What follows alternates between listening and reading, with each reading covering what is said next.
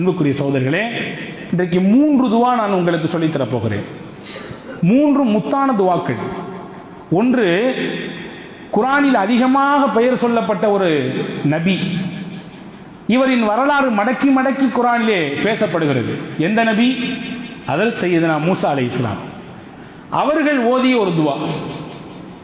இன்னொன்று, இந்த அகிலத்தை படைத்து பரிபாலித்து ரட்சித்துக் கொண்டிருக்கிற இறைவன் அல்லாஹ், அவன் தன் தூதர் அன்னலம் பெருமானா ஸல்லல்லாஹு அலைஹி வஸல்லம் அன்னவர்களுக்கு கற்றுக் கொடுத்த துவா.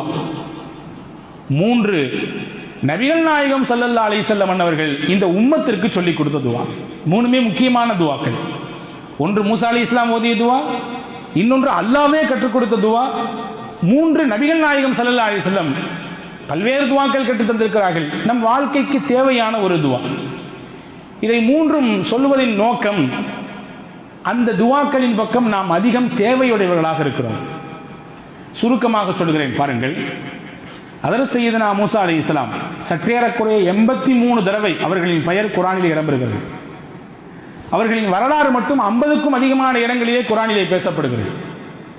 மூசா அலைஹிஸ்ஸலாம் ஒரு மிகச்சிறந்த அல்லாஹ்வின் ரசூல்மார்களிலே மிக முக்கியமான இடத்திலே உள்ளவர்கள். உலுல் அஸ்ம் என்று சொல்லப்படுகிற உறுதிமிக்க நபிமார்களின் பட்டியலிலே அந்த 5 நபர்களிலே இவர்களும் ஒருவர். மூசா அலைஹிஸ்ஸலாம் நமக்கு தெரியும், ஃபிரௌன் என்ற கொடுமைக்கார மன்னனிடத்திலே வளர்க்கப்பட்டவர். அங்கேதான் அவர் வளர்ந்தார். கடைசியில் யாருக்கு எதிராக மாறினார்? யார் வளர்த்தாரோ அவருக்கு எதிராகவே என்றால், அவன் சொல்லிக் கொண்டிருந்த அந்த கொள்கையை உடைப்பதற்கு, ஏகத்துவத்தை நிலைநாட்டுவதற்கு அல்லாஹ் அவனிடத்திலேயே வளர்ந்த ஒருவரை அவருக்கு எதிராக மாற்றினார். அல்லாஹ் நாடினால் எப்படியும் எதையும் மாற்றுவான். நாம் நினைத்துக் கொண்டிருக்கிறோம் நம்மால் தான் எல்லாம் என்று. ஒரு தூசுக்கு கூட நம் சமம் கிடையாது என்பதை ஒரு நிமிடத்திலே மாற்றி காண்பிப்பான். அற்புதத்தை காண்பிப்பான். நான் இல்லை என்றால் இந்த காரியம் நடக்காது என்று நெஞ்சை நிமித்திக் கொள்வோம். நீங்கள் இல்லாமல் உங்களை விட ஆக பலகீனமானவரை வைத்து அல்லாஹ் அந்த காரியத்தை 1க்கு 10 மடங்காக பெரிதாகி காட்டுவான், சாதித்து காட்டுவான். இது இறைவனின் சக்தி. மனித சக்தி இறைவனின் சக்திக்கு முன்னால் ஒன்றுமே இல்லை. ஃபிரௌன் நான் தான் ரப்பு என்றான். அவனுடைய வீட்டிலேயே வளர்ந்தார் மூசா அலைஹிஸ்ஸலாம். அவனுக்கு எதிராகவே மாறினார். அவர் கண் முன்னாலேயே ஃபிரௌனை அல்லாஹ் அழித்தான். வரலாறு. ஹஜ்ரத் மூசா அலைஹிஸ்ஸலாம் ஒரு சின்ன விஷயத்திற்காக வேண்டி எகிப்திலிருந்து கிளம்பி மதியனுக்கு போகிறார்கள். நீண்ட பெரிய வரலாறு, நான் சுருக்கமாக சொல்கிறேன். மதியன் நகர் என்பது மூசா அலைஹிஸ்ஸலாமுக்கு அறிமுகம் இல்லாத ஊர். அது தெரிஞ்சவங்க யாரும் கிடையாது, பழக்கமானவங்க யாரும் கிடையாது, முன்பின் அறிமுகம் இல்லாதவர்கள் தான் பலர் அங்கே இருக்கிறார்கள். போய் ஹஜ்ரத் மூசா அலைஹிஸ்ஸலாம் ஒரு ஓரத்தில் நிற்கிறார்கள். அந்த இடத்துல தண்ணி மெத்துறதுக்காண்டி நிறைய பேர் வர்றாங்க. தண்ணி பிடிக்கிறதுக்காண்டி கிணத்துல தண்ணி இறைக்கிறதுக்காண்டி நிறைய பேர் வர்றாங்க, இறைக்கிறாங்க, போறாங்க. 2 பெண் பிள்ளைகள், நல்ல இளம் வயது பெண்கள் 2 பேர் ஒரு ஓரத்தில் நிற்கிறாங்க. மூசா நபி அலைஹிஸ்ஸலாம் அந்த பிள்ளைகளை, பெண் பிள்ளைகளை, இளம் வயது பிள்ளைகளை பார்த்தார்கள். நீங்க எல்லாம் தண்ணி இறைக்க போலையா? எல்லாரும் தண்ணி இறைச்சிட்டு போறாங்க, நீங்க மட்டும் நிக்கிறீங்க. அந்த பெண்கள் சொன்னார்கள், கூட்டமாக இருக்கிறது அந்நிய ஆண்கள் இருக்கிறார்கள். அந்நிய ஆண்களின் கண்களுக்கு படாமல் நாங்கள் வளர்க்கப்பட்டிருக்கிறோம், நல்லொழுக்கத்துடன் வளர்க்கப்பட்டிருக்கிறோம். அவர்களுடன் கலப்பு என்பது எங்கள் மனம் ஒத்து வரவில்லை. அப்படியா? வேற ஏதாவது தண்ணி பிடிக்கிற இடம் இங்க இல்லையா அப்படின்னு கேட்டாங்க மூசா நபி. இருக்குது, ஒரு பழைய கிணறு, அது மூடப்பட்டு கிடக்கிறது, அது திறக்கிறதும் இல்லை, அதுல யாரும் பயன்படுத்துறதும் இல்லை. அதற்கு மூசா அலைஹிஸ்ஸலாம் தன்னந்தனி நபராக போனார்கள். கிணறு மூடி இருந்தால் எவ்வளவு பெரிய மூடியை போட்டு மூடியிருப்பார்கள் என்பதை யோசிக்க வேண்டும். தனி ஆளாக மூசா அலைஹிஸ்ஸலாம் மூடியை தூக்கி எறிந்தார்கள். தண்ணீரை இறைத்து அந்த பெண்களுக்கு ஊட்டி கொடுத்தார்கள். நிம்மதியாக அந்த 2 பெண்களும் போனார்கள். வீட்டில் அப்பா இருக்கார், பெரியவர். பெண்கள் வந்தவுடன் கேட்டார் அந்த பெரியவர், என்னம்மா எப்போதுமே லேட்டா வருவீங்க, இன்னைக்கு சீக்கிரமா வந்துட்டீங்க? கதையை சொன்னாங்க அந்த பெண்கள் 2 பேரும். அப்படியா? உங்களுக்கு உதவி செஞ்சாரா? ஆமா. உதவி உபகாரம் செய்தவரை நான் அப்படியே விட்டுவிடக் கூடாதே, நாம் அவருக்கு ஏதாவது திருப்பி பரு உபகாரம் செய்ய வேண்டும், கூட்டி வாருங்கள் என்று சொல்ல, போன பெண்களில் ஒருவர் வர, அந்த கேப்ல மூசா அலைஹிஸ்ஸலாம் ஒரு துவா செஞ்சாங்க. அந்த துவா தான் இப்ப சொல்ல போறேன். தன்னந்தனியாக இருக்கிறார்கள். அடுத்த வேளை உணவு தெரியாது, எங்கே தங்க போகிறோம் தெரியாது, யாரிடத்தில் பேச போகிறோம் தெரியாது, அடுத்த வேளை என்ன, அடுத்த சம்பாத்தியத்திற்கு வழி என்ன தெரியாது, எதுவுமே தெரியாது. இப்பொழுது கேட்கிறார்கள், நீங்கள் தன்னந்தனியாக ஒரு இடத்தில் போய் மாட்டிக்கொண்டால் அந்த நிலை எப்படி இருக்கும் என்பதை ஒவ்வொருவரும் நாம் யூகித்துக் கொள்வோம். மொழி தெரியாத ஊரு, ஆள் தெரியாத ஊரு, சொந்த பந்தம் யாருமே கிடையாது வச்சுக்கங்களேன். ஏதோ ஒரு நாட்டில் போய் கண்ணுக்கு தெரியாத இடத்துல போய் நாம் அவிழ்த்து விடப்பட்டு விட்டோம். எப்படி இருக்கும் நிலை? மூசா அலைஹிஸ்ஸலாம் கேட்டார்கள், ரப்பி இன்னி லிமா அன்ஸல்த இலைய மின் கைரின் ஃபகீர். இறைவா, நீ எந்த நலவை இப்பொழுது கொடுத்தாலும் அதை ஏற்றுக்கொள்ள தேவையுடையவனாக நான் இருக்கிறேன். எந்த நலவை கொடுத்தாலும் சரிதான், எனக்கு தேவை. இப்போ ஏன்னா எதுவும் இல்லாமல் நிற்கதியாக இருக்கிறேன். எதை கொடுத்தாலும் அதன் பக்கம் அதிக தேவை உள்ளவன் நான் தான். ஃபகீர், ஃபகீர்னா நம்ம என்ன விளங்கி வச்சிருக்கோம்? பக்கீர்சான் விளங்கி வச்சிருக்கோம். நம்மளும் ஃபகீர் தான், நீங்களும் ஃபகீர், நானும் ஃபகீர். யாரிடத்தில்? அல்லாஹ் என்ற கனிக்கு முன்னால் நீங்கள் நானும் எல்லாரும் ஃபகீர். உலகத்தில் அல்லாஹ் மட்டும்தான் கனி, அவன் மட்டும்தான் தேவையற்றவன் யாரிடத்திலும். உலகத்தில் எவ்வளவு பெரிய பில்லியன்களை சம்பாதித்தாலும் கூட அவரும் ஃபகீர் தான். ஏன்னா ஒரு கட்டத்தில் அவர் தேவையுடையவராக ஆகிவிடுவார். ஹஸரத் மூசா அலைஹிஸ்ஸலாம் துவா செஞ்சாங்க. துவா ஓதிட்டு இருக்கக்கூடிய இடையில அந்த அம்மா வந்துட்டாங்க. 2 பேர்ல ஒருத்தர் வந்தாங்க. எங்க பாபா அவங்களை கூப்பிட்டாங்க. எதுக்குமா கூப்பிட்டாங்க? உங்களுக்கு கூலி கொடுக்கணும். நான் கூலி எல்லாம் எதிர்பார்த்து இந்த வேலையை செய்யலையே. ஒன்றை அழுத்தமாக உங்கள் மனதிலே இருத்துங்கள். இந்த வார்த்தை அல்லாஹுவால் சொல்லித் தரப்படக்கூடிய வார்த்தை. எதிர்பார்ப்பில்லாமல் உலகத்திலே சில காரியங்களை நிறைவேற்றுங்கள், அல்லாஹ் உங்களுக்கு உதவி செய்வான்.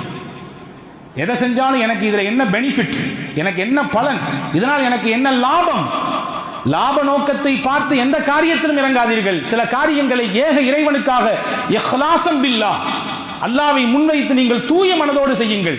உங்களுக்கு பிரதிபலன் பன்மடங்காக பெருகி கிடக்கும். ஹஸரத் மூசா சொன்னாங்க, நான் பலன் தான் எதிர்பார்த்து செய்ய இல்லை, எங்க பாபா கூப்பிட்டாரு வாங்க.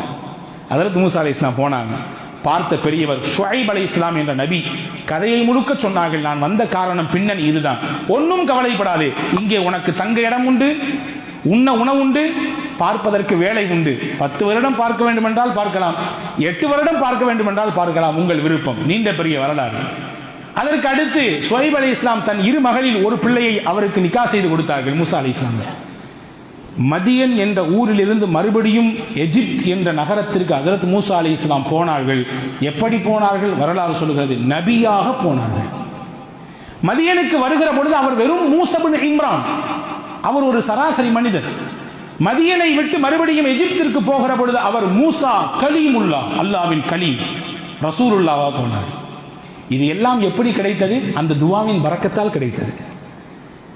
என்ன இணைத்து அந்த துவாவை செய்கிறோமோ அது கிடைக்கும். பெருமக்கள் சொல்கிறார்கள், பொண்ணே கிடைக்கல பையனுக்கு, யக்கீனோடு நீங்கள் இந்த துவாவை ஓதுங்கள், நல்ல பெண் கிடைக்கும்.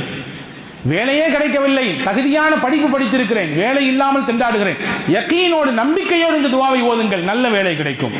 லாபமே கிடைக்கல, முதல்ல போட்டு உட்கார்ந்து முடிச்சிட்டு என்ன செய்யறது? யக்கீனோடு இந்த துவாவை ஓதுங்கள். நாவால் ஓதக்கூடாது, சும்மா பேருக்கு தஸ்பீகை 4 தஸ்பீகை உருட்டுவது போன்று உருட்டக்கூடாது. உள்ளார்ந்த ஈடுபாட்டோடு இதை ஓதுங்கள், நல்ல லாபத்தை அல்லாஹ் தருவான். எனவே தான் குறிப்பா ஹஸரத் மூசா அலைஹிஸ்ஸலாம் கேட்கல, எனக்கு சாப்பாடு கூட இல்ல, எனக்கு தங்குறதுக்கு இடம் கொடுத்து கிடத்த கூட இல்ல, வேலையை கூட இல்லன்னு கேட்கல. எப்படி கேட்டாங்க? லிமா அன்ஸல்த இலைய மின் கைரின் ஃபகீர், என்ன நலவை கொடுத்தாலும் அது எனக்கு தேவை. 19 கேட்டாங்க. அல்லாஹ் எல்லாத்தையும் சேர்த்து கொடுத்தான் மொத்தமா. ஒரு துவா இது மூசா அலைஹிஸ்ஸலாம் கேட்ட துவா. 2வது, நபி ஸல்லல்லாஹு அலைஹி வஸல்லம் அவர்கள் ஒரு நாள் அதிகாலை ஃபஜர் தொழுகைக்கு தாமதமாக வர்றாங்க. எவ்வளவு நேரம் தாமதம்? சூரியன் உதித்து விடுமோ என்று அச்சப்படும் அளவிற்கு தாமதமாகி விட்டது. ரசூலுல்லாஹ் வந்தாங்க, தொழ வச்சாங்க, சஹாபாக்கள் நோக்கி திரும்பி உட்கார்ந்தாங்க. நபி தோழர்கள் கேட்டார்கள், யா ரசூலல்லாஹ், இன்னைக்கு தாமதமாக வந்ததற்கு என்ன காரணம்? நபி ஸல்லல்லாஹு அலைஹி வஸல்லம் சொன்னாங்க, இரவின் பிற்பகுதியிலே எழுந்து வணக்க வழிபாடு செய்வது என் வழக்கம். அந்த மாதிரி இன்னைக்கு நான் எந்திரிச்சேன், தஹஜ்ஜுத் தொழுதேன், தொழுதுட்டு கொஞ்சம் கண்ணை மூடினேன், ஒரு சின்ன தூக்கம். அந்த தூக்கத்தில் என் ரப்பை நான் பார்த்தேன். ரப்பு என்னிடத்திலே கேட்டான், ஃபீமா யஹ்தஸிமுல் மலஉல் அஅலா, முஹம்மது அவர்களே, உயர்தரமான மலக்குமார்கள் எந்த விஷயத்திலே விவாதித்துக் கொண்டிருக்கிறார்கள் உங்களுக்கு தெரியுமான்னு கேட்டான். நான் கேட்டேன், தெரியாதுன்னு சொன்னேன். மறுபடியும் அதே கேள்வி கேட்டான், மறுபடியும் நான் தெரியாதுன்னு சொன்னேன். மறுபடியும் அதே கேள்வியை கேட்கறதுக்கு முன்னாடி ரப்பு தன் திருக்கரத்தை என் நெஞ்சில் வைத்தான். நபி சொல்கிறார்கள், என் நெஞ்சில் வைத்தான். அல்லாவின் திருக்கரம் பட்டவுடன் என் உள்ளமெல்லாம் குளிர்ந்து போனது. தலை முதல் உச்சி முதல் பாதம் முறை அப்படியே ஜில்லுன்னு ஆயிட்டு. அடுத்து அல்லாஹ் கேட்டான், இப்போ சொல்லுங்க மலக்குமார்கள் எந்த விஷயத்தில் விவாதித்துக் கொண்டிருக்கிறார்கள்? நான் சொன்னேன், ஃபில் கஃபாராத்தி வ தரஜாத்தி, அடியார்கள் செய்யக்கூடிய பாவத்திற்கு பரிகாரம் என்ன என்ற விஷயத்திலும், அடியார்களின் அந்தஸ்தை அல்லாஹ் உயர்த்தக்கூடிய காரியம் என்ன என்ற விஷயத்திலும் அவர்கள் தர்க்கித்துக் கொண்டிருக்கிறார்கள், விவாதம் செஞ்சிட்டு இருக்காங்க. ஒருத்தர் இதை சொல்றாரு, ஒருத்தர் அதை சொல்றாரு. சரி, அடியார்கள் செய்யக்கூடிய பாவத்திற்கு பரிகாரங்கள் என்னென்ன நீங்க சொல்லுங்களேன் அப்படின்னு சொல்லி அல்லாஹ் என்னிடத்திலே கேட்டான். நான் சொன்னேன், பள்ளிவாசலுக்கு அதிகமான எட்டெடுத்து நடந்து வருவது இது பாவத்திற்கு பரிகாரம். பள்ளிவாசலில் தொழுகை எல்லாம் முடிந்ததற்கு பிறகு, எல்லா தொழுகையும் முடிந்ததற்கு பிறகு கொஞ்ச நேரம் உட்கார்ந்து இருக்கிறது. எல்லாரும் பார்க்கறத பார்த்தா எப்படி தொழுது உட்கார்ந்துருக்க முடியும்? தொழுகைக்கு முன்னாடி ஏதோ பயான் இருக்குன்னு கொஞ்ச நேரம் உட்கார்ந்துருக்கோம். தொழுதா அடுத்தடுத்து வேலைக்கு போறது இல்லையா, போயிடுறதுதான். ஆனால் சிறிது நேரம் அமர்ந்திருப்பது, அந்த சிறிய நேர அமர்வு கூட உங்கள் பாவத்திற்கு பரிகாரம். மூணாவது சல்லாசம் சொன்னாங்க, மனம் வெறுக்கும் நேரத்திலும் ஒதுவை பரிபூர்ணமாக செய்வது. நல்ல மார்கழி மாசம் பனி, மாசி பனி மச்ச தொலைக்குதுன்னு சொல்லுவாங்க, கை பனி தரையை தொலைக்குதும்பாங்க இல்லையா? அந்த பனி காலத்திலும் கூட ஒதுவை பூரணமா செய்யறது. ஒரு தடவை கழுவுனா போதும், எல்லா உறுப்பையும் ஃபரத நீங்கிரும். 3 தடவை கழுவுனா சுன்னத்து, அதை பரிபூரணமா செய்யறது. ஃபரலான உறுப்புகள் 4 மட்டும்தான், ஆனால் மற்ற உறுப்புகளை எல்லாம் சேர்த்து சுன்னத்தையும் நிறைவேற்றுவது. இந்த 3மே நிறைய பாவங்களை மன்னிப்பதற்குரிய வழி. சரி, அடியார்களின் அந்தஸ்து அல்லாஹ் எந்த காரியத்தை உயர்த்தலாம்? ரசூலுல்லாஹ் அல்லாஹ் கேட்கிறான். அதற்கு ரசூல் ஸல்லல்லாஹு அலைஹி வஸல்லம் சொன்னாங்க, பசித்தவருக்கு உணவு கொடுப்பதினால் அந்தஸ்து உயர்கிறது, பேச்சில் நளினத்தை கையாளுவதனால் அந்தஸ்து உயர்கிறது. என்கிட்ட அதிகாரம் இருக்குது, நான் பதவியில் இருக்கிறேன், என்கிட்ட பட்டம் இருக்குது, படிப்பு இருக்கு, நான் எப்படினாலும் பேசலாம் எனக்கு கீழே உள்ளவங்கள்ட்ட. ஆனாலும் அதையெல்லாம் பயன்படுத்தாம எல்லாருடைய மனிதத்தையும் போற்றி நளினத்தோடு பேசுகிறேன் நான். இந்த பேச்சு என் அந்தஸ்தை ரப்பிடத்திலே உயர்த்தி கொண்டே இருக்கும், படித்தரம் உயர்ந்துகிட்டே இருக்கும். மூணாவது சொன்னாங்க, வஸ்ஸலாத்து வன்னாசு நியாமுன், மக்கள் உறங்கிக் கொண்டிருக்கிற பொழுது தொழுதல், தஹஜ்ஜுடைய தொழுகை. இந்த 3மே அல்லாஹ் இடத்துல அந்தஸ்தை உயர்த்தும். நல்ல விஷயம். அடுத்து அல்லாஹ் சொன்னா, ஏதாவது கேளுங்களேன் என்கிட்ட. அல்லாஹ், யா அல்லாஹ் நீனே சொல்லிக் கொடுற அல்லாஹ், எனக்கு எப்படி கேட்கணும் தெரியல, அல்லாஹ்வே நீ சொல்லிக் கொடு என்று நபிகள் நாயகம் ஸல்லல்லாஹு அலைஹி வஸல்லம் சொன்னாங்க. அல்லாஹ் சொல்லிக் கொடுத்த துவா, அல்லாஹ் சொல்லிக் கொடுத்த துவா ஹதீஸ்ல வந்திருக்கிறது. அல்லாஹும்ம இன்னி அஸ்அலுக ஃபிஅலல் கைராத் வ தர்க்கல் முன்கராத் வ ஹுப்பல் மசாகீன் வ அன் தக்ஃபிரலி வ தர்ஹம்னி வ இதா அரத்த பிகௌமின் ஃபித்னத்தன் ஃபதவஃபனி மின்ஹு கைர மஃதூனின். அல்லாஹும்ம இன்னி அஸ்அலுக ஹுப்பக வ ஹுப்ப மன் யுஹிப்புக வ ஹுப்ப அமலி யுகர்ரிபுனி இலா ஹுப்பிக். அஜருக்கு 2 வாரத்தில் முடிப்பியான்னு பார்த்தீங்கன்னா 4-5 வரி சொல்றீங்களே, எப்படி மனப்பாடம் பண்றது அப்படி யோசிக்காதீங்க. இறைவனின் வார்த்தை இது. அந்த உள்ளன்போடு இந்த வார்த்தைகளை நீங்கள் தேடுங்கள், படியுங்கள். உங்கள் மனதிலே அல்லாஹ் கொண்டு இருத்துவான். தினமும் கேட்க வேண்டிய துவாக்களில் ஒன்று இது. இறைவா, நான் நல்லதை செய்வதற்கு வாய்ப்பை உன்னிடத்திலே கேட்கிறேன், தவறை விட்டு நீங்கிக் கொள்வதற்குரிய வழியை உன்னிடத்திலே கேட்கிறேன். பொருள் சொல்றேன், ஏழை எளியவர்களை பிரியப்படுவதை உன்னிடத்திலே கேட்கிறேன். காசு பணம் செல்வாக்கு இருந்தால் எல்லாரும் கூணு கும்பிடு போடுவாங்க, கையை கட்டி நிற்பாங்க, வந்தா மரியாதை கொடுப்பாங்க. ஒரு சராசரி, ஒரு ஏழை, ஒரு பாமரர், ஒரு அன்றாடம் காய்ச்சி கொஞ்சம் தள்ளி நின்று அப்படின்னு தான் உலகம் பார்க்கும். உலகத்தின் இயல்பு அதுதான். அதற்கு சஹாபாக்களிலே பலருக்கு அவரிடத்தில் இருந்த நல்ல தன்மையின் காரணமாக பெருமானா ஸல்லல்லாஹு அலைஹி வஸல்லம் சிறப்பு பெயர் வைத்தார்கள். அப்படி சிறப்பு பெயர் வைத்தவர்களே ஒரு சஹாபி, அவர் பெயர் ஜாஃபர் இப்னு அபி தாலிப். அவருக்கு பெருமானா சூட்டிய சிறப்பு பெயர் என்ன தெரியுமா? அபுல் மசாகீன். அபுல் மசாகீன், ஏழைகளுக்கெல்லாம் தந்தை, மிஸ்கீன்களுக்கெல்லாம் தந்தை. காரணம் என்ன? ஹஜ்ரத் ஜாஃபர் இப்னு அபி தாலிப் இடத்தில் இருந்த பண்பு, ஏழை எளிய மக்களை, ரொம்ப கீழ்நிலையில் இருக்கிற மக்களை பார்த்து விட்டால் போய் பக்கத்திலே உட்கார்ந்து கொண்டு அவர்களின் தேவை என்ன, என்ன செய்யணும், உங்களுக்கு என்ன வேணும், ஏது வேணும் கேட்டு உபசரித்து அனுப்பக்கூடிய பண்பு அவரிடத்தில் இருக்குது. ஒன்றை புரிந்து கொள்ளுங்கள், நம்மிடத்தில் எந்த உயர்ந்த நற்பண்புகள் இருக்கிறதோ அது நம்முடைய சந்ததிகளிடத்திலும் பெரிதுபடிக்கும். நம்மிடத்திலே கெட்ட பழக்கம் இருந்தாலும் நம்முடைய பிள்ளைகளுக்கு அது வரும். எனவே உங்கள் பிள்ளைகளுக்கு முதல் முன்மாதிரி நீங்கள் தான். நீங்கள் சொல்வதை விட உங்கள் செயலை தான் அவன் பார்த்து பார்த்து வளர்கிறான். உங்கள் ஆக்டிவிட்டிஸ் என்னவோ அதை தான் அதிகமாக கூர்ந்து நோக்குகிறான். நீங்க சொல்லிட்டு நீங்க அதுக்கு நேரம் ஆப்போசிட்டா நடந்தீங்கன்னா அவன் மனதிலும் பட்டுவிடும். இப்படித்தான் சொல்லிவிட்டு மாற்றமாக நடக்க வேண்டும். அந்த மாதிரி ஜாஃபர் இப்னு அபி தாலிப் இந்த பண்பு இருந்ததுனால அவரும் ஏழைகளை அதிகம் நேசித்தார். அவருடைய மகன் அப்துல்லாஹ் இப்னு ஜாஃபர், வரலாற்றில் வருது பாருங்க, நெகிழ்ச்சியான ஒரு நிகழ்ச்சி. ஹசன் ரலியல்லாஹு அன்ஹு, ஹுசைன் ரலியல்லாஹு அன்ஹு, இந்த அப்துல்லாஹ் இப்னு ஜாஃபர், ஜாஃபர் இப்னு அபி தாலிபுடைய மகனார், 3 பேரும் மக்காவுக்கு உம்ராவுக்காண்டி போறாங்க. போற வழியில கொண்டு போன சாப்பாடெல்லாம் தீந்து போச்சு. பசிக்குது. பார்க்குறாங்க பக்கத்தில் ஒரு கூடாரம் இருக்குது. கூடாரத்தில் போய் பார்க்குறாங்க ஒரு வயதான கிழவி மூதாட்டி இருக்கிறார்கள். அந்த அம்மாட்ட கேட்டாங்க, நாங்கள் இந்த மாதிரி அஹ்ல பைத் ரசூலுல்லாஹ்வுடைய குடும்பம் 3 பேருமே அஹ்ல பைத்லேருந்து வந்திருக்கிறோம், மக்காவுக்கு போகிற உம்ராவுக்கு கொண்டு வந்த சாப்பாடு தீர்ந்து போச்சு, இப்போ பசிக்குது, ஏதாவது கொடுங்கம்மா. அந்த அம்மா வேகமாக வந்துச்சு, அஹ்ல பைத்தா ரசூலுல்லாஹ்வுடைய குடும்பமா? கண்ணியத்தை உரிய நேரத்திலே அதற்கு தகுதியானவர்களுக்கு வெளிப்படுத்துகிற பொழுது அதனுடைய பிரதிபலனை அல்லாஹ் நமக்கு காட்டுவான். ரசூலுல்லாஹ்வுடைய குடும்பமா அப்படின்னு ரொம்ப ஆர்வப்பட்ட அந்த அம்மா வந்து வீட்டில் இருந்த ஆட்டின் பாலை கறந்து கொண்டு வந்து கொடுத்துச்சு. பாலை குடிச்சாங்க. வேற ஒன்றும் இல்லையான்னு கேட்டாங்க வந்தவங்க. நீங்க எந்த ஆட்டின் பாலை குடிச்சீங்களோ அந்த ஆடு தான் இருக்குது, நான் வேணா தரேன், சமைச்சு தர்றேன், எனக்கு வெட்டுறதுக்கோ உரிக்கிறதுக்கோ தெரியாது, நீங்க வேணா செஞ்சு கொடுங்க, நான் சமைச்சு தர்றேன். இந்த மூவரும் சேர்ந்து வெட்டி உரித்து ஆட்டின் இறைச்சியை கொடுத்தார்கள். அந்த அம்மா ஒரு சில நிமிடத்திலே உணவு தயார் செய்து கொண்டு வச்சிருச்சு. நல்லா சாப்பிட்டாங்க. சாப்பிட்டுட்டு மாஷா அல்லாஹ் கிளம்புறோம், நீங்க மதீனாவுக்கு வந்தீங்கன்னா எங்களை சந்திக்கணும் வந்து அப்படின்னாங்க. கண்டிப்பா சந்திக்கிறேன் அப்படின்னு சொல்லிடுறாரு அந்த பெண்மணி. இவங்க கிளம்பி போயிடுறாங்க. போனது கொஞ்ச நேரம் பின்னாடி அந்த வயதான மூதாட்டியின் கணவர் வந்தார். என்ன கட்டி போட்டு ஆட்டை காணோம்? இந்த மாதிரி அகல பைத்திலிருந்து 3 பேர் வந்தாங்க, சமைச்சு கொடுத்துட்டேன். அட பைத்தியக்காரி, நமக்கு இருந்த ஒரே ஆடு, நமக்கு அதை வச்சு தான் வியாபாரம், அதை வச்சு தான் சாப்பிட்டு இருந்தோம், அதையும் கொடுத்து தொலைஞ்சிட்டியேன்னு சொல்லி இயல்பாக ஆண்கள் பேசுவதை போன்று அந்த ஆணும் பேசினார். அவருக்கு என்னன்னு புரியல. அந்த சமயத்தில் பேசிட்டு போயிட்டாரு. ஒரு சில ஆண்டுகள் கழிந்தது. வறுமையின் கோலப்பிடியிலே இந்த குடும்பம் சிக்கிவிட்டது. எங்காவது போவோம் என்று கால்நடையாக வந்தவர்கள் மதீனாவுக்குள்ளே வந்தார்கள். மதீனாவின் தெருக்களிலே அப்படியே அங்கும் இங்கும் சுத்தி வந்தார்கள். கடைசியிலே ஹசன் ரலியல்லாஹுவின் கண்ணிலே அந்த வயதான மூதாட்டி தன்பட்டு விடுகிறார். ஹஜ்ரத் ஹசன் ரலியல்லாஹு அந்த அம்மாவை கூப்பிட்டு, இங்க வாங்க, யாருன்னு தெரியுதா? நானு தெரியலையப்பா, வயசாகி போச்சு. ஒரு நாள் ஆட்டுக்கறி விருந்து கொடுத்தீங்கல்ல, பசிக்குதுன்னு சொன்னோம், அகல பைத்து குடும்பம் ரசூலுல்லாஹ்வுடைய குடும்பம் சொன்ன உடனே ஆட்டின் பாலை கொடுத்தது மட்டும் இல்லாமல் கறியையும் இறைத்து சமைத்து கொடுத்தீங்களே. ஆமா, நீங்களா? ஆமா. என்ன இங்க வந்திருக்கீங்க? ஹசன் ரலியல்லாஹு கேட்டாங்க. வறுமை, கொஞ்சம் கஷ்டம், அதனால வந்திருக்கிறோம். வேகமாக வீட்டுக்கு போனாங்க. 1000 திர்ஹம் எடுத்தாங்க. 1000 ஆடுகள் ஒப்படைக்க சொன்னார்கள் அந்த பெண்ணிடத்திலே.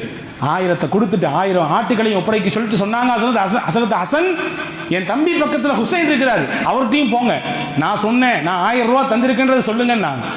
ஹுசைன் எல்லாரோட போன உடனே அந்த அம்மா விஷயத்தை சொன்னாங்க. அதே மாதிரி 1000 திர்ஹம் அவர் கொடுத்தார். 1000 ஆடுகளை கொடுத்தார்.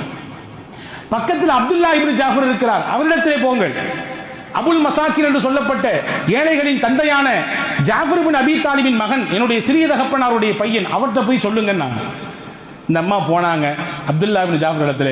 அவர் 2000 திர்ஹம் கொடுத்து 2000 ஆடுகளை கொடுத்தார். கொடுத்து முடிச்சு சொன்னதுதான் அங்க செய்தி. அப்துல்லா இப்னு ஜாஃபர் தந்தைக்கு பிறவாமல், தந்தைக்கு எந்த மாற்றமும் இல்லாமல் வந்த தனையன். நிறைய பிள்ளைங்களை பார்க்கிறோம், அப்பா ஓஹோன்னு இருப்பாரு, பையன் வித்தியாசமா இருப்பார் இல்லையா? ஆனா அங்க பாருங்க இந்த பிள்ளை எப்படி இருக்காரு. அவர் சொன்னார், நீ முதல்ல ஏமா ஏன்ட்ட வந்திருக்காமல்ல, நான் உங்களுக்கு 2000 ரூபாய் கொடுத்துருப்பேன். என்னை அடுத்து ஹுசைன் போனா அவரும் உங்களுக்கு 2000 கொடுத்துருப்பாரு. அவருக்கு அடுத்து ஹசன் போனா அவரும் உங்களுக்கு 2000 கொடுத்துருப்பாரு. அவங்கள்ட்ட வந்துட்டு கடைசியில என்கிட்ட வரீங்களே அப்படின்னு சொல்லி அனுப்புனாங்க. இப்போ அந்த அம்மா எல்லாத்தையும் வாங்கி கையில் வச்சுட்டு கணவரை பார்த்து சொல்லிச்சு, அன்னைக்கு ஒரு ஆட்டுக்கு நீங்க குய்யோ குச்சின்னு கத்துனீங்க, அல்லாஹ் அந்த ஒரு ஆட்டுக்கு பகரமாக இன்னைக்கு எவ்வளவு தந்திருக்கான் பார்த்தீங்களா? 4000 ஆடு, 4000 திர்ஹம். அன்புக்குரிய சகோதரர்களே, இந்த நிகழ்ச்சி நமக்கு எடுத்து காட்டக்கூடிய விஷயம் என்ன? ஏழை எளியவர்களை நேசிக்கக்கூடிய பண்பு அல்லாஹ் விரும்பக்கூடிய பண்பு. ஏன்னா அல்லாஹ் நேசிக்கிறான் ஏழைகளை, அல்லாஹ் பலகீனமானவர்களை பிரியப்படுகிறான். அல்லாஹ் ஒதுக்கி வைப்பதில்லை, நாம் தான் ஒதுக்கி வைக்கிறோம். அல்லாஹ் சொல்லுகிறான், நீங்கள் பிரியப்படுங்கள், அந்த துஆவை கேளுங்கள். ஹுப்பல் மசாக்கீன், ஏழைகளை பிரியப்பட வேண்டும். அதற்காகவே அல்லாஹ்விடத்தில் அல்லாஹ் சொல்லி கொடுத்தான். வன் தக்ஃபிர லீ வதர்ஹம்னி வைதா அரத்து பிகௌமின் ஃபித்னதன் ஃபதவஃபனி மின்ஹு கைர மஃப்தூன் என்ற நீண்ட பெரிய துஆவை அல்லாஹ் ஜல்ல ஷானஹு வ தஆலா நேரடியாக பெருமானார் ஸல்லல்லாஹு அலைஹி வஸல்லம் கற்றுக் கொடுத்த துஆ. இந்த துஆவையும் நாம் தினசரி கேட்டாக வேண்டும். இந்த துஆல ஒரு பாகம் தான், யா அல்லாஹ் உன்னிடத்தில் உன்னுடைய நேசத்தை நான் கேட்கிறேன். உன்னை யாரெல்லாம் நேசிப்பாங்களோ அவங்களுடைய நேசத்தை எனக்கு கொடுத்துரு. உன் நேசத்தை நான் கேட்கிறேன், நேரடியாக எனக்கு தந்துரு. உன்னை நேசிப்பவர்கள் யார் யாரோ அவர்களின் பிரியமும் எனக்கு வேண்டும். நல்லோர்கள், வலிமார்கள், சுகதாக்கள், சித்திகீன்கள், இறைநேச பெருமக்கள், இவங்களெல்லாம் அல்லாஹ்வின் நேசம் இல்லாமல் எப்படி இறைநேசத்தை அடைய முடியும்? அவங்களுடைய முகப்பத்தை எனக்கு தா அப்படின்னு சொல்லி அல்லாஹ்வே கேட்க சொல்கிறான். இது 2வது துஆ, நாம் கேட்க வேண்டிய 2வது துஆ. 3வது துஆ, நபிகள் நாயகம் ஸல்லல்லாஹு அலைஹி வஸல்லம் ஒரு நண்பகல் நேரத்திலே மஸ்ஜித் நபவிக்குள்ளே வருகிறார்கள். அபூ உமாமத்துல் பாஹிலி என்ற நபித்தோழர் அமர்ந்திருக்கிறார். ரசூலுல்லாஹ் கேட்டாங்க, மாலி அராக ஃபீ ஹாதல் மஸ்ஜிதி கைர வக்தி ஸலாத், தொழுகை அல்லாத நேரத்திலே பள்ளியிலே ஏன் அமர்ந்திருக்கிறீர்? தொழுகைக்குரிய நேரத்தில் ஃபர்தான தொழுகைக்கு வர வேண்டியதுதான். ஃபர்த் அல்லாத நேரத்தில் எங்க உட்கார்ந்து சம்பாதிக்க போலையா, உழைக்க போகவில்லையா என்ற துணியிலே கேட்டார்கள். அதற்கு அபூ உமாமா சொன்னார்கள், யா ரசூலுல்லாஹ், எனக்கு ஏற்பட்ட கவலை, எனக்கு நான் கொடுத்தாக வேண்டிய கடன் சிரமம், இதனால் தத்தளித்துக் கொண்டிருக்கிறேன், கவலையில வந்து உட்கார்ந்திருக்கேன். நாங்கள் பாருங்க, ரசூலுல்லாஹ் அதி அற்புதமான துஆவை கற்றுக் கொடுத்தார்கள். அல்லாஹும்ம இன்னி அஊது பிக மினல் ஹம்மி வல் ஹுஸ்ன். அரபியில் 2 வார்த்தை இருக்கு, தமிழ்ல கவலை ஒரு வார்த்தையில முடிச்சிடலாம், அரபியில் 2 வார்த்தை இருக்குது, ஹம்மு ஹுஸ்ன். ரசூலுல்லாஹ் அந்த 2 விதமான கவலையை விட்டும் அல்லாஹ்விடத்திலே பாதுகாப்பு தேடுகிறார்கள். பாருங்கள், ஹம்மு என்றால் என்ன, ஹுஸ்ன் என்றால் என்ன? ஹம்மு என்ற கவலைக்கு அர்த்தம் என்ன தெரியுமா? வர வேண்டியது வந்து சேரணுமே நினைச்சு கவலைப்படுறது. 10 லட்ச ரூபாய்க்கு முதல்ல போட்டு உட்கார்ந்துருக்கோம், என்ன எதிர்பார்த்து ஒரு 2 லட்ச ரூபாய் லாபம் கிடைக்கும், வருமா வராதா, வேற மாதிரிலாம் யோசிக்க கூடாது, வரும் ஆனா போச்சு அந்த மாதிரிலாம் இல்லை, வருமா வராதான் கவலை, வந்து சேர வேண்டியது வருமா வராதா, இதுக்கு பெயர் ஹம். இன்னும் இருக்கிறது ஹுஸ்ன். ஹுஸ்ன் என்றால் இழந்ததை நினைத்து கவலைப்படுவது. போச்சே, அப்பமே சொன்னாங்க வாங்கி போடு, கொஞ்சம் ரேட்டு கம்மியா இருக்குது, இப்போ எங்கேயோ போயிச்சே, எது இல்லையோ எது இழந்து போனதோ அதை நினைத்து கவலைப்படுவது. யூசுப் அலைஹிஸ்ஸலாம் அவர்கள் இழந்ததை வைத்து ஹஜ்ரத் யாக்கூப் அலைஹிஸ்ஸலாமின் கவலையை குர்ஆன் பதிவு செய்கிறது. இன்னி அஷ்கு இன்னமா அஷ்கு பஸ்ஸி வ ஹுஸ்னி, நான் என் கவலையை என் ரப்பிடத்தில் முறையிடுகிறேன். ஹுஸ்ன்றாங்க ஹஜ்ரத் யாக்கூப் அலைஹிஸ்ஸலாம். என்ன கவலை யாக்கூப் அலைஹிஸ்ஸலாமுக்கு? தான் மகனை பறி கொடுத்த கவலை, இழந்துட்டாங்க. அப்ப இந்த 2 விதமான கவலையை விட்டும் அல்லாஹ் பாதுகாப்பு தருகிற உன்னிடத்திலே. வஅஊது பிக மினல் அஜிஸி வல் கஸ்ல், சோம்பேறித்தனம் எனக்கு வரக்கூடாது, இயலாமை நான் ஆகிவிடக்கூடாது.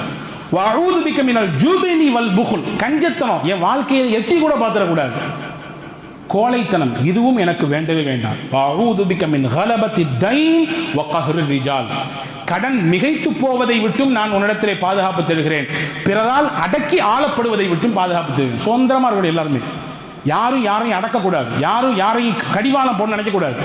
அப்படிப்பட்ட வாழ்க்கை எனக்கு வேண்டாம், நான் சுதந்திர புருஷராக இருக்க வேண்டும், பிறரிடத்திலே அடிமையை போன்று இருக்க வேண்டிய தேவை எனக்கு இல்லை.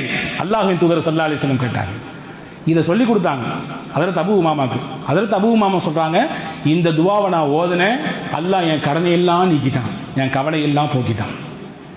இப்ப இந்த 3 துஆக்களும் நம் வாழ்க்கையில் தவிர்க்க முடியாத துஆக்கள்.